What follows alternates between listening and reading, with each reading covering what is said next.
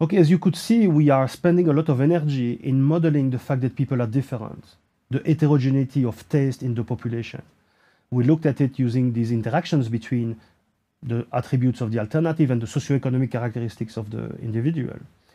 We saw that we could do linear interaction and nonlinear interaction. Here we will look at another dimension of the heterogeneity. The fact that the error term, which is basically containing everything that we were not able to put in the model, may be different from one individual to the next. The fact that these error terms may be different is actually contradictory to the assumption we made for the derivation of logit.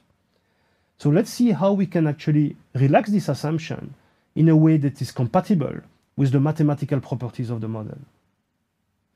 So logit, as we derive it, is based on the assumption that the epsilon in are IID, so independent and identically distributed across both the alternatives I and the individuals n. In particular, they all have the same variance. In technical terms, the fact that you have the same variance is referred to as homoskedastic. Now, we would like to model the fact that people actually in reality may have different variance. Why? Because they may have a different expertise, a different level of knowledge for the choice context. If you consider the choice of an itinerary in a city, well, taxi drivers are more skilled, they have more experience. So the epsilon that they have will be different from a newcomer in the city who has no clue about the city and is looking for his way on the fly. So that's what we would like to do, to model the fact that these two categories of people have different variances. But this is also relevant in the context where we combine different sources of data. Suppose that you have collected a survey last year, and now you collect new data this year, you would like to combine them. But of course, we have been collected in different contexts, and you cannot assume that the epsilon that will be associated with each of these pieces of data is exactly the same. So we would like to be able to model the fact that the epsilons have different variance across individuals. This is called heteroskedasticity, so different variance. So let's set up the context. We have J groups in the population. So this could be taxi drivers and non-taxi drivers, or this could be G different sources of data. And the idea is that these groups define a partition, meaning that each individual N belongs to exactly one group G. And this belonging to groups can be characterized using an indicator, delta NG, which is equal to 1 if individual N belongs to group G and 0 otherwise.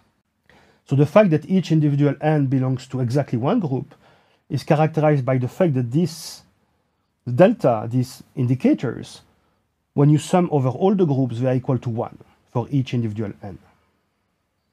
So the assumption that we would like to model is that the variance of the error terms is different across groups. So let's take two individuals. Let's take individual called N1, who belongs to group 1, and individual N2, who belongs to group 2. And here I have written the utility of each of these two individuals using the different indices. And here we have the two epsilons associated with each of these individuals. And we would like to model the fact that the variance of these epsilons are different. So this is what we call heteroskedasticity. One way to do it in order to derive the model is to say, well, let's assume that the variance of the first epsilon is equal to the variance of the second multiplied by a positive quantity. And we call this alpha 2 squared, this positive quantity. If alpha is different from 1, then the two variances will be different. So this alpha 2 parameter that we have introduced can be seen as the scale of the utility. And if you remember from what we saw in the beginning of this course, when you multiply all utilities for a given individual by a positive quantity, it does not change the choice probability, because what matters is the order of this utility. And the choice probability is the probability associated with the highest utility. So here we can do that. For individual N2, we can multiply the utility of each alternative by alpha 2. It will not change the model. What happens if we do that? So we calculate alpha 2 times the utility, which is equal to alpha 2 V plus alpha 2 epsilon. But now we can redefine a new error term that we call epsilon prime. For individual 1, epsilon prime will be the same as epsilon, we don't change it. But for individual 2, epsilon prime is equal to alpha times epsilon. So it means that the variance of epsilon prime for individual 2 is actually equal to the variance of alpha 2 times epsilon 2. By the property of the variance, this is equal to alpha 2 squares times the variance of epsilon 2. So there is no alpha 2 here. And by definition, by the assumption we made in the previous slide, alpha squared times the variance of epsilon 2 is actually the variance of epsilon 1. And the variance of epsilon 1 is the variance of epsilon prime 1. So now the new model with the new epsilon here is a model where the variance of epsilon prime 1 is the same as the variance for epsilon prime 2. It means it is homoscedastic. And this is consistent now with the assumptions we made for logit. We can apply logit for the new formulation.